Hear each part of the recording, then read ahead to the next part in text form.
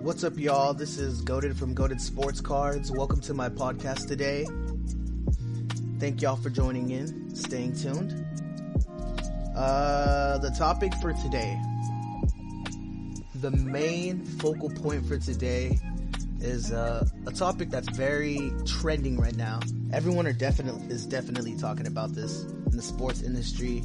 If you like sports, period, you know what's going on. The topic that we're going to be talking about today is the NBA Finals. The NBA Finals, the 2022 NBA Finals. It's going to be amazing. It's going to be great. We already have players balling out as we speak, competing for a spot in the playoffs. The playoffs are looking amazing. All the spots are just about clinched.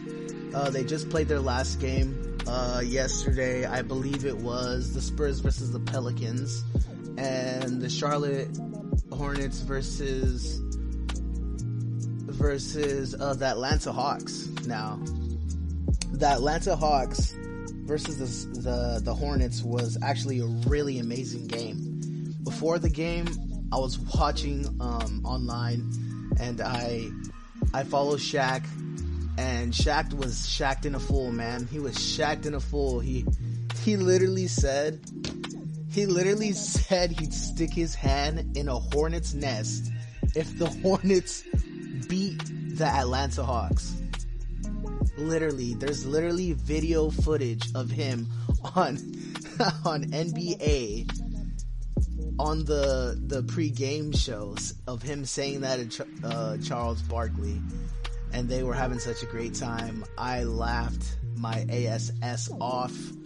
I really couldn't believe Shaq said that, but it's totally something like Shaq would say, and he's such a fun guy, and we all know and love Shaq, so I just thought that was really funny. Luckily, he doesn't have to stick his hand in a hornet's nest, because the Hornets actually lost to the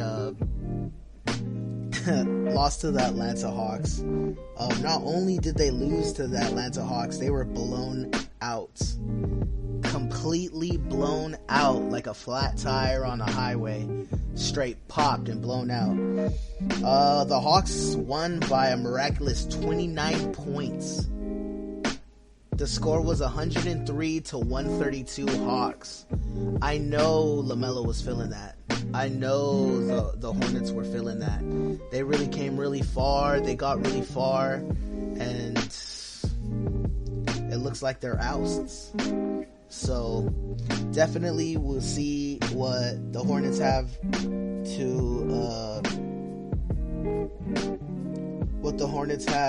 in the future next year. And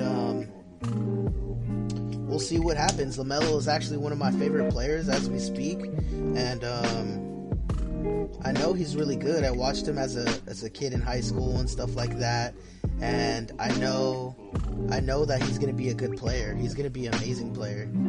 But yeah, absolutely going to be an amazing player, and it's going to be a great time for him while he's growing up. His two other brothers are also in the league. His brother LiAngelo's with the Charlotte Swarm in the G League for the Hornets, so hopefully they get to play together. I'd love to see them play. Lonzo's doing his own thing in Chicago right now. I think he's injured at the moment.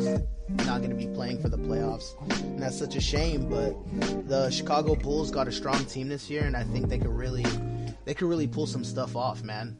They're definitely a top competitor team with DeMar and all the new players that they got over the last season. Spurs and Pels, they advanced to the next round. They don't advance to the next round. The Pelicans advanced to the next round. They beat the Spurs yesterday. Not a blowout like the Hornets game, but they definitely competed. It came down to 103-113 Pelicans. The Pelicans won it by a 10-point lead. I currently follow Jose Alvarado. He's one of those show-out players that just came from the G League and showed out showed everybody what he had, throws his entirety on the floor. The way he plays, the way he does his secret steal, he hides in the corner, the top left corner, and he runs around like a freaking maniac, and he steals the ball from you, and he's getting an assist, he's getting a shot, he's getting a layup. He's definitely an underrated player, and I hope the best for this guy, and I want to see him do great. I want to see him win. I want to see him do some more crazy plays, man, because he definitely makes the game exciting. Definitely makes the game exciting for all the New Orleans fans, and it really shows out for the team. He's definitely, I believe that he's definitely brought their team together, and because of that, they did so well this year, and can't wait to see what they got next. I am a Clippers fan, and we play them next. Last game we played them, we definitely blew them out by like a 30 or 40 point lead, and we're going to play for the last spot, and we're going to be playing for the spot to play the Suns, which they are the first seed. Now, the Clippers played the Suns last year in the playoffs, and we drastically lost to them, Devin Booker and those guys. We lost Kawhi Leonard last year during the same time in the playoffs when we were playing the Utah Jazz. We ended up advancing to the second round to play the Suns, and it was Paul George breaking records on the floor, pouring his heart and soul into that game, and we still lost to the Suns, and they advanced to the finals. And it was really heartbreaking for me, and probably heartbreaking for a lot of other Clippers fans who've been watching, and we've never gotten that far in the playoffs before. Paul George, like I said, he threw his heart. Reggie Jackson, Luke Kennard, those guys really threw their hearts on the floor that day. But here we are again.